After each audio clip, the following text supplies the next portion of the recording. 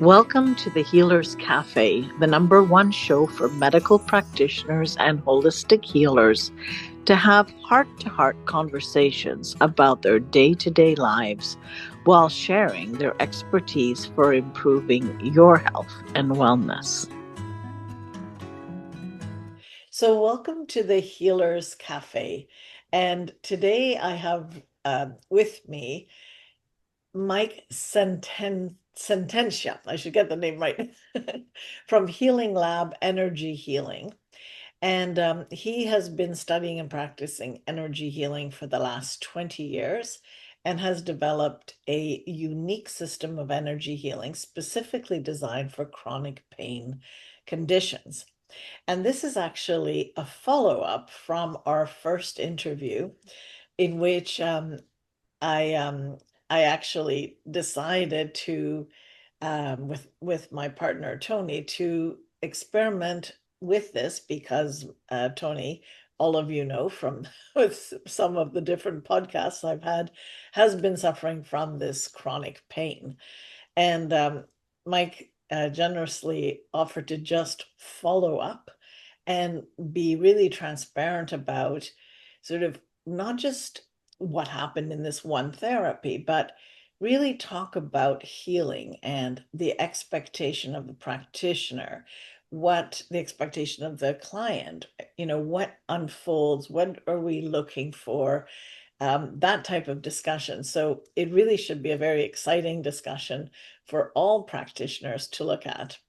And I'll add, because you're not up to date for the last 2 weeks, what has transpired. So I'll put you up to date. But why don't we start with, so we had an original session with Tony, and Tony's here near me, but he'll come on in a moment. And then also a follow-up session. So maybe I'll get you to summarize from your perspective what you noticed. Much for having me back, and thanks so much to both you and Tony for being willing to try this with me. So we did 2 healing sessions.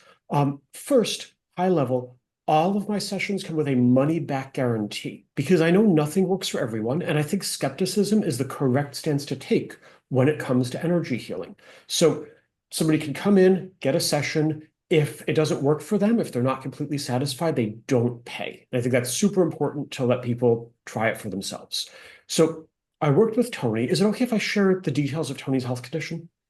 Tony, do you give the approval? Definitely. Yes, Thank you. definitely. So Tony has neuralgia due to shingles. So the neuralgia is over half of his face and a chunk of his body. I have a lot of experience working with neuralgia due to like a slip disc, right? Neuralgia is when there is inflammation in the nerve. I'm sure you know this, but this is for the viewers. Yeah. So if a disc slips in the spine and it presses on the nerve, that creates inflammation in the nerve, which sends a bunch of weird signals up to the brain, and the brain can interpret that as a burning or electrical sensation in the body. If you've ever whacked your funny bone and felt this tingling all down your arm, that's what's going on. The funny bone is where a nerve is exposed, and if you hit it, that creates weird signals up to the brain that feels like tingling all down the arm. So neuralgia is when you have that all the time. I've done a bunch of work with folks who have that from slip discs or similar things, and had some really good results. There's some unique energy signatures where the neuralgia is felt that I only see with neuralgia and neuropathy clients that I don't see with anyone else. Initially, when I worked with them, I expected to just find inflammation in the nerve where the slip disc lives. The reason I keep touching my neck is because my first client had a cervical spine injury and shooting pain down her arm. Um, and we got her pain down from a 4 to a 0 in the first session. And after 4 sessions, she was done with me. Um, I expected to only be working where the inflammation was. But what I actually found is there were a bunch of unusual energy signatures down her arm. And I've worked since then with sciatica clients. There's a bunch of unusual energy signatures down the leg. And when I suppress those energy signatures for so many of my clients, their neuralgia pain comes down. Um, I had recently a man with a slip disc who was having difficulty walking because of the intense neuralgia, neuropathy, sciatica. These are all different terms for essentially the same condition. And after one session, his pain steadily came down. I actually had to do a touch-up in there to keep the energy working. With Tony in that first session, I did my standard techniques, no change. I went back, tried to be more thorough, no change. Remember, this happened so quickly that I could say, great, test it out, let me know how it worked, right? Which lets me then go back and fix it if I missed a spot. I did 3 times trying to be more thorough, no change. We said, hey, let's just see how you do over the course of the next few days. Let's see what happens. With all of my clients, I check in every week to make sure they're doing well. If anyone's not doing well, if their pain comes back, they get a free touch-up session to get the energy working again, or they get a full refund. And you told me with Tony that the pain levels were the same, the duration was less. So I was like, hey, let's see what we can do. And I'd also been reflecting on the session, thinking about what might work better. One of the things that I often do when something's not working is I look at the full energy signature. So let me break that down. Think of the energy signature as this big, complex, like almost like a sound wave, right? And there's different parts of it. I think of each part as corresponding to a cellular process. So there's part of the energy signature is for like tissue growth, and part of the energy signature is for, repair of inflammation. And part of the energy signature of nerves is for sending signals. And so I wanted to look at the full energy signature and see if maybe, right, I've been previously focusing on just the sending signals part, but maybe there was some unusual signature happening somewhere else that I was missing. And so I did that and I looked at the full energy signature and I found a bunch of extra signatures that I don't normally see in neuropathy clients. My best guess is that this is related to the infection, the shingles, because I also in the last month had a Lyme disease client for the first time. We did not get results, and I found a bunch of extra signatures that I think is related to the infection. Um, and I tried suppressing those signatures also, but one of the unique things about what I do is that I dial in a very precise energy for what's going on in the person's body. So rather than using one universal energy for everyone, I dial in just the right energy for what this person's experiencing. This has the benefit of being stronger and longer lasting and all of those things, but it has the downside that if it's something new that I'm working with, I need to figure out what adjustments to make to the energy signature. And it turned out that with Tony and also with the Lyme disease client, even after looking at the full energy signature and trying to suppress the additional signatures that I was finding, we still weren't able to get any results. And that is the nature of developing new techniques and understanding or encountering a new thing in a client's health history. So that's my story on what happened. Okay, well, I'll add pieces that I recall. Yeah. So, and what you're saying is what I've understood as well. So, I concur, and obviously is that your experience too? Yeah, just to make sure. Yes, it is. You could come join us because we're talking about you if you're up for it. Okay. Um, yeah. So yeah, and we'll talk about what's happened since. So anyway, so one of the things that I remember triggered your curiosity a lot was, well, actually, let's start with the first session. So the first session, you were focused on the pain, Mhm. because if the pain, the expectation I understood, or we both understood, is that if the pain hasn't really diminished, something else is missing. In other words, your expectation is that you would see the pain change, right? Yeah. And so there was two things I want to share about that, mostly for my my practitioners Mhm. and any practitioners out there, not so much for your sake, but the there's the pain, and then there's also the frequency and the intensity of the pain that are factors that matter, and they may need a little bit longer to assess. So, in other words, his the intensity was a 10 or 12 out of 10 in the acute moments, and the frequency of those was, let's say, at the worst, maybe every hour, and in between, the resting period was about a 6. So, seeing a change, as in less peaks, Mhm.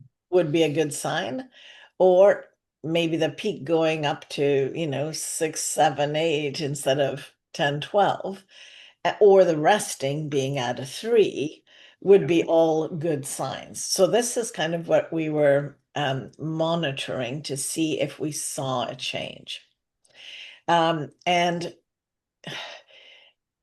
I would say not really, right? We didn't see that. Then on our second consultation, because you were willing to continue and I'm very persevering, I need to know why on earth, is there resistance? So there we talked about the autonomic nervous system, and I mentioned this burping, which doesn't typically come with neuralgia. It's not one of the common symptoms. So in homeopathy, it would be like a standout symptom. It's a peculiarity. But if we want to understand it, it's something to do with the system, the shock. There's something else going on. And so on the second session, you also address that as one of the elements, from my Mhm. understanding, right? That that could be off. Was there anything else that you were addressing that came to mind that you couldn't remember? Um, One of the one of the tricky parts with doing variable with working with someone who has variable pain is how do we know if it's working, right? If his pain when it's not in when it's not elevated varies from a 4 to a 6, and it's a 4 right now, is that because it would Mm, be a 4 anyway, or is that it would be a 6 anyway and it's down?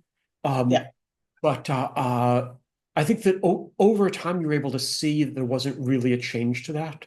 correct. Actually, one of the things that stands out that was really interesting to me that I think is useful for other practitioners is initially Tony kind of he wanted me to feel good about myself, right? I Talk like about that.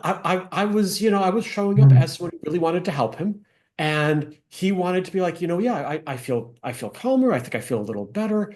And it actually took a few follow-up questions to get him to tell me that there wasn't any change to the pain level. And I think 5, 10 years ago, I would have been very eager to hear that I did good and been Right. like, awesome, you feel calmer, success. And it has been part of maturing my practice to be like, that's great that you felt calmer. Now, what are your pain levels? How does it compare? Tell me that it didn't work, because I really want to get accurate data. So, Tony, I just want to say thank you for like giving me Mm. the honest answer. And not everyone out there. Yeah, it can be a little like it can take some work to get used to hearing that it didn't work, but it's so important for taking care of people and developing your skills. Mhm. And, and your experience a little bit of that. Yeah, I think I was a little bit surprised at myself. Obviously, I Mhm. was being honest, but I'm certainly not. I'd never seen myself as a people pleaser by any Mhm. means, and you can ask a lot of my peers about that because it's never been the case. But it, Mhm. I don't know, for some reason in a healing environment, possibly, or yeah, in that relationship, I felt a bit. Yeah, I wanted to. Give you as much positivity as I could, Yeah. and almost knock down a couple of degrees of the pain I'm feeling. But I think I held back on that just a little bit. But that was certainly, yeah, I could feel that quite strongly, and I just wanted to be honest in that kind of Yeah. And environment. Yeah. and I think I could add to that from the client point of view, there's the pleasing component, but there's also the, what in allopathic medicine is considered to be placebo, but it's the actual true healing capacity of the body that, when feeling some sort of alignment or some sort of care or nurture or love or whatever it is that's happening, then it's like it wants to go with. And we always say, like, at least I learned in homeopathy, that if a patient says, oh yeah, they come, next visit, let's say, and they say, oh yeah, I felt really good. And it's like, okay, you felt good, like, let's not bring that down. But um I will need to wait longer to see if it's a placebo effect. And I've seen that a placebo effect can take sometimes 5 weeks, where the Wow. person can actually run with the good feeling, but it's actually not the right remedy.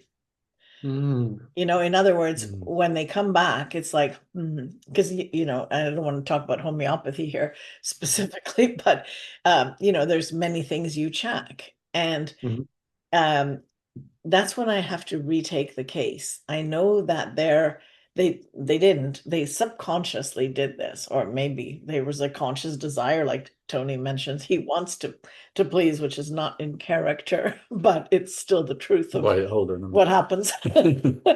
Well, no, in a doctor-patient relationship Knowing or that, I know. client, whatever you want to call it, No, in a healing circumstance, not yeah. only do you want to get better on Mm. one level, but you want to honor the person who's, especially, it's you don't get paid unless you get better, and it's that even ups the Actually, ante. I think that had a bit of Yeah, because you're like, oh, we don't want you to waste your time, and no. so that had, like, because I last time I talked about that, that has very good effect, but it also has the people pleasing part that could be amplified. That's so interesting. Yeah, that's a great point. I hadn't Mm. thought of that. Yeah, well, it's something to look for if Mm. if Yeah. you true. I mean, because we know this is a people pleasing society Mhm. we're in. So Yeah. anyway, so that was the point I want to raise. The other thing on the client level, which yeah, I think we briefly touched upon it, but this is the time to discuss it, and maybe for you to expand on what you mean. And this is the word suppression. Mhm. So now words matter, right? Obviously.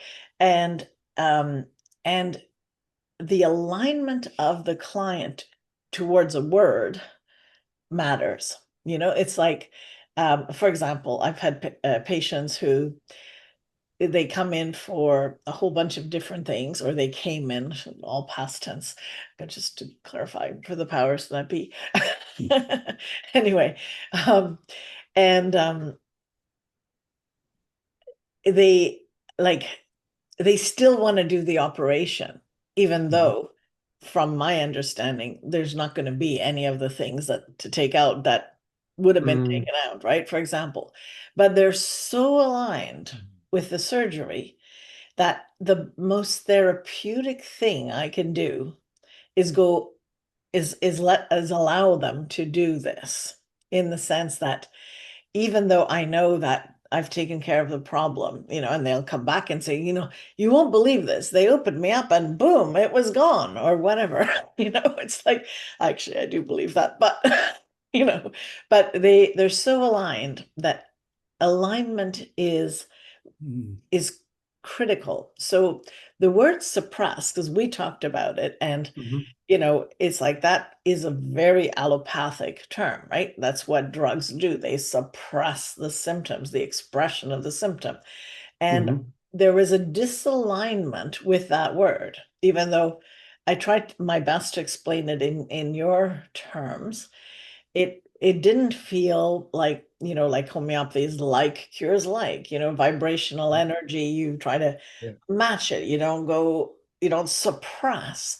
And I came up with another word, which of course right now Mm. fails me. It'll come though.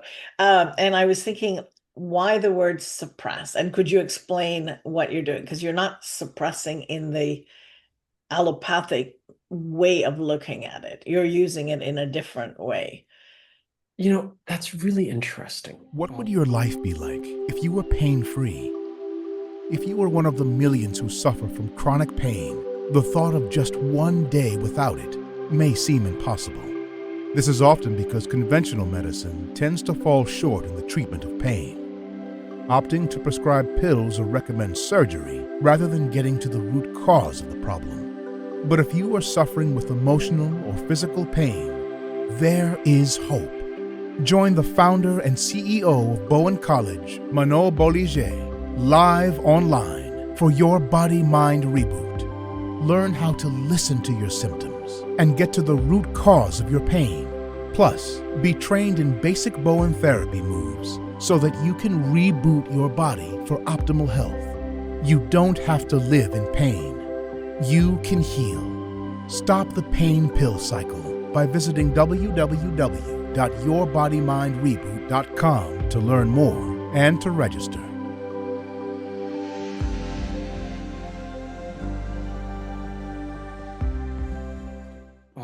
I actually had this similar conversation with another client recently who asked me, when you say suppress, does that mean you're just suppressing the symptoms?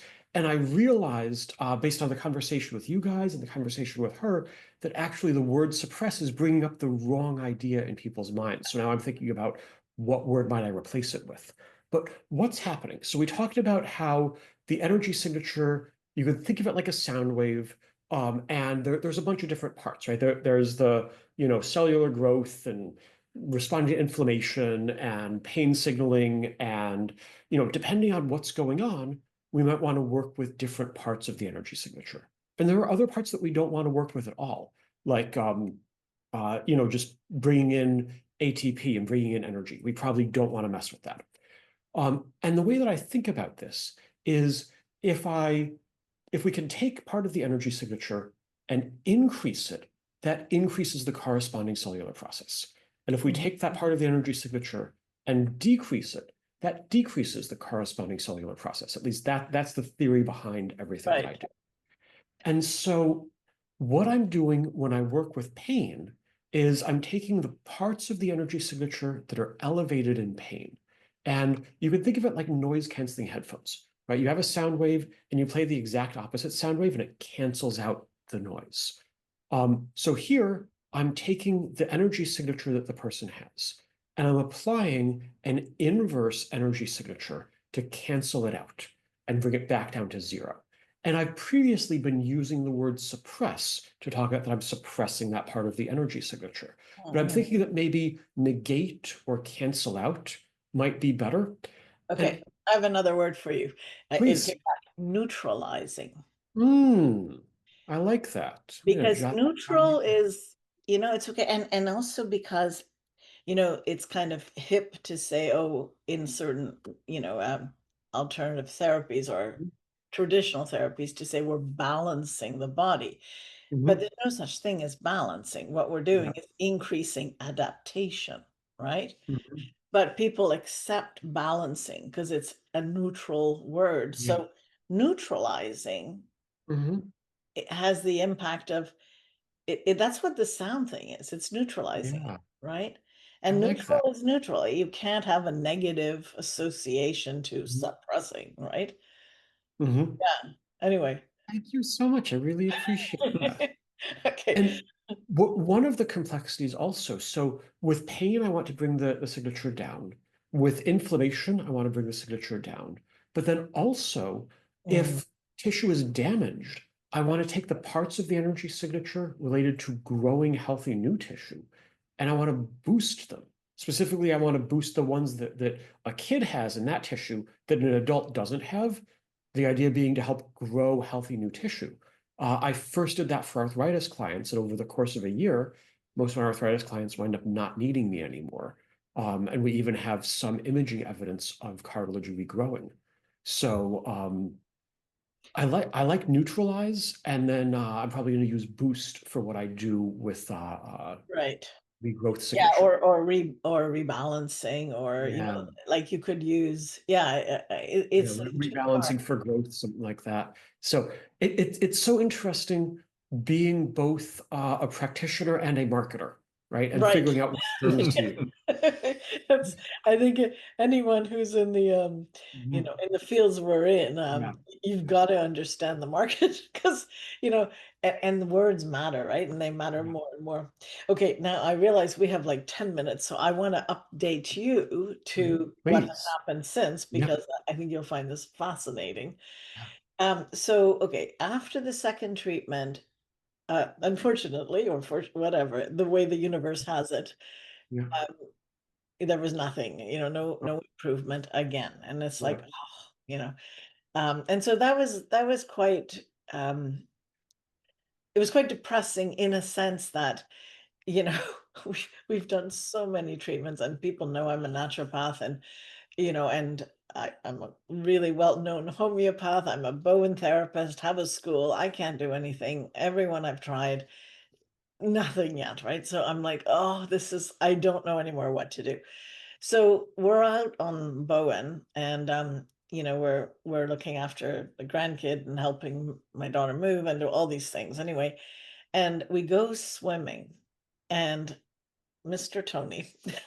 I mistook 4 inches of water for 4 feet of water. So, Oh my. Oh my, yes. And so he went oh, straight down, yeah. straight down on a rock. Now, it didn't cause the concussion that was likely, but Mhm. he had blood everywhere. Part of his nose was taken out, blood here, blood here. This is only the Yeah, third day, incredible. and we've used, arnica, we've used calendula, and you'd think, oh, that's the miracle. No, no, I know that works. That's not the issue. What was fascinating about this whole thing is that when that happened, it's like the other pain, the one that was the steady, went down Mhm. to maybe a 2 or 3, Oh, and the acutes didn't even happen that day, and wow. happened only like twice, and at a 6 at the most on the second That's day. great. Yeah, so now we can see he's got pain again. It's There not must be a simpler way to mitigate the pain than diving in the water.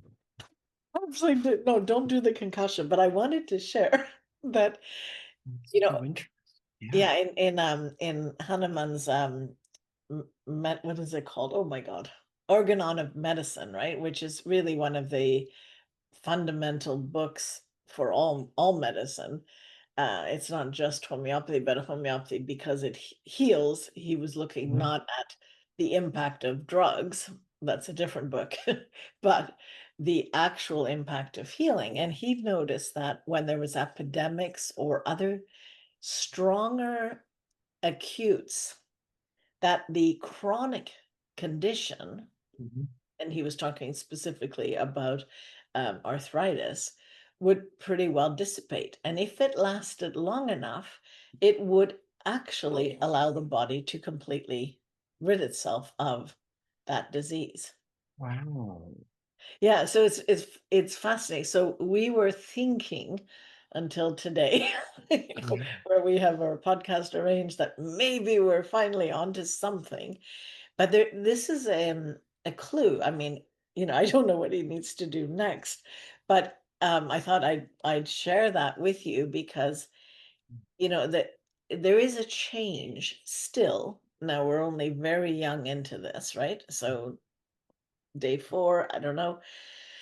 Um, but there's a change that happened there, huge. And one of the things, sorry, one more thing, and then you can say if but he related to that kind of pain. He said, that's my kind of pain. Now he was raised in a rough neighborhood, and I guess this was part of the core, but he could feel that pain. It was like almost like this,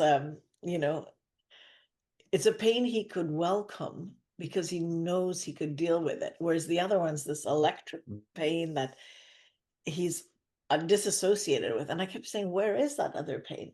I don't know, it's there, but maybe, I don't know. I'm in this one and I can handle this one. Right. And it just shows too how also, I don't want to call it the mind, it's really the body mind, but how we can sort of move. It's nothing's fixed. That's why, I mean, we both agree that the potential for healing is there always because nothing is fixed, right? But anyway, do you have any first thoughts on this? So first, Tony, I'm so sorry that happened. That looks painful. Yeah, but it seems like it's got some benefits to it as well. Yeah, and I'm really glad that there's no concussion. No. So in my area of expertise with energy healing, I don't have like it doesn't unlock an insight of an energy technique that I could use. But what does occur to me, just as general knowledge of healing outside of my expertise, is there are, I'm sure that you're familiar with this, the mind can only process so much pain at any given time. I run into this a lot where somebody comes in and they're like, oh, my knee hurts so much. And I do my thing, and their knee pain comes way down. And they're like, oh, I never noticed, but now my other knee hurts. Yeah. And they in their mind, it's like, oh, the pain has moved. But actually, what's going on is now that their brain is not so focused on that first knee, it can notice pain elsewhere in the body. And so then I work with the others and I tell them, hey, there's a finite number of spots that are hurting, and eventually we'll find them all. And I explain this is what's going on so they don't get discouraged. But what occurs to me is I'm wondering if other types of pain that don't carry a risk of concussion might help. Some people do like an ice bath in the morning. Spicy food has a long history of being associated with pain and healing. So I'm wondering if those other types of pain might also help in some way. Right. But and you see them as now using they're not suppressive, they're more moving the energy. And somehow, right, and I realized that the way I said it sounds like, oh, we're just going to get the brain to not notice this pain. But if this pain has been down, the neuralgia pain has been down for days now, that's probably not just the brain being distracted. There might be something with like, the brain is, remembering how to feel normal. Right. Which is kind of the basis, of analgesics if they work. Now they don't work for everyone, and there's plenty of side effects. But if people take them for a very short time and they don't have, nasty side effects, it breaks the pattern, which allows the body to heal. So it could be a pattern breaker, that in that way, right? Yeah, it's funny to think like this, but we are definitely open to. So if anyone's listening to this and has any other ideas, but cold bath, I mean, you actually do really, really cold showers and that, but it's healthy. So it's like you've overridden so much because of the knowledge, right? So it's interesting how else one would trick the brain to give it a pause, right? And it's right. It's true. If there is a pause, then the body innately goes to healing. That's what happens, right? So anyway, so that's it. Anything you wanted to say about this experience? And no, just to reiterate what you said about, I kind of forgot.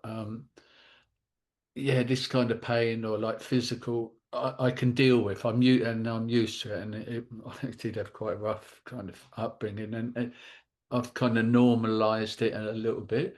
But with the neuralgia, it's frustrating because it's like it's inside and I don't see anything, and it feels electrical and it's kind of out of my control. But and it's almost like, oh, if I see blood or something, yeah, I can relate to that. It seems a bit, not really. It's just my experience with pain, and I've been through quite a bit of physical, and I can deal with that.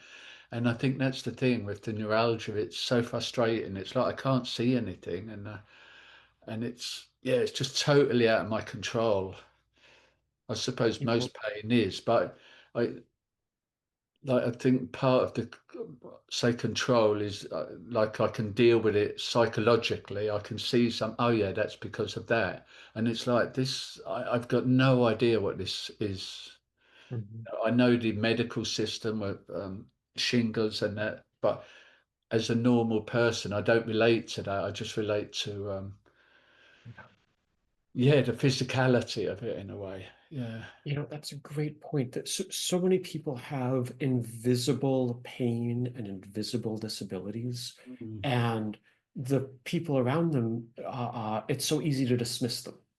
Yeah. Um, And what I'm hearing is maybe even a note of like dismissing it in yourself, that here you can see the injury and so it feels Mm. real and justified in some way. Whereas with the neuralgia, you don't see anything. And there's maybe a feeling of like, geez, I shouldn't be hurting. Mm. And that can make it so much harder to deal with. Yeah, Yeah. no, I think that's true, actually. Yeah, Yeah. actually, you state something like it's really important too, like, fibromyalgia before it became understood.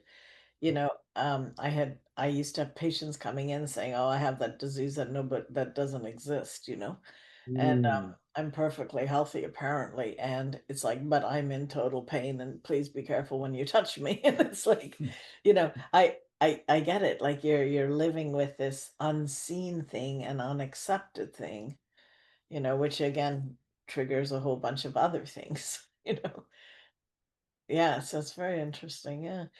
Well, Mm. our time is up, but I still want to give you last couple of words. Yeah, and thank you for this journey to be able to share this with you and yeah, really get insights on healing and how that all works. I think this is the conversation I love to be having.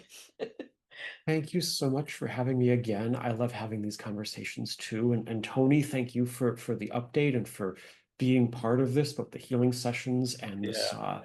this conversation. To any of the listeners who are experiencing chronic pain or know someone who is, I do energy healing for chronic pain with a money back guarantee. It's super simple, no upfront payment. Get your session. You're going to feel the results right away. If you like the way you feel, pay the invoice. If you don't like the way you feel, don't pay the invoice. I want to make it really easy to not pay me if it doesn't work for you. I do distance sessions everywhere, and you can book a free consult at healinglab.org. That's .org, not .com. Somebody's squatting that. Um, so if you or someone you know has chronic pain, please book a free consult. So, not too much to add to this because this is literally my area of passion and expertise, how the body heals. And as you can see, there's plenty we don't know, but there is insights on what are things that might mitigate healing, like possibly words, people's association, the congruence with their direction. Um, so to pay attention to these things, also to do a very thorough, numbered, intake. So, what is the pain out of 10? What is the frequency, the intensity as well, so that we can look at things in a week, in a month, so that you really have something to base it on.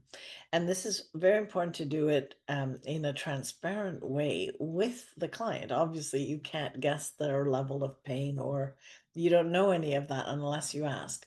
If you don't ask it, you're missing a key part of the follow up because they're either saying, well, I'm better, or they're saying nothing's changed. And then you go, well, so do you still have it the worst? Is it 8 to 10 or 10 to 12, whatever it is?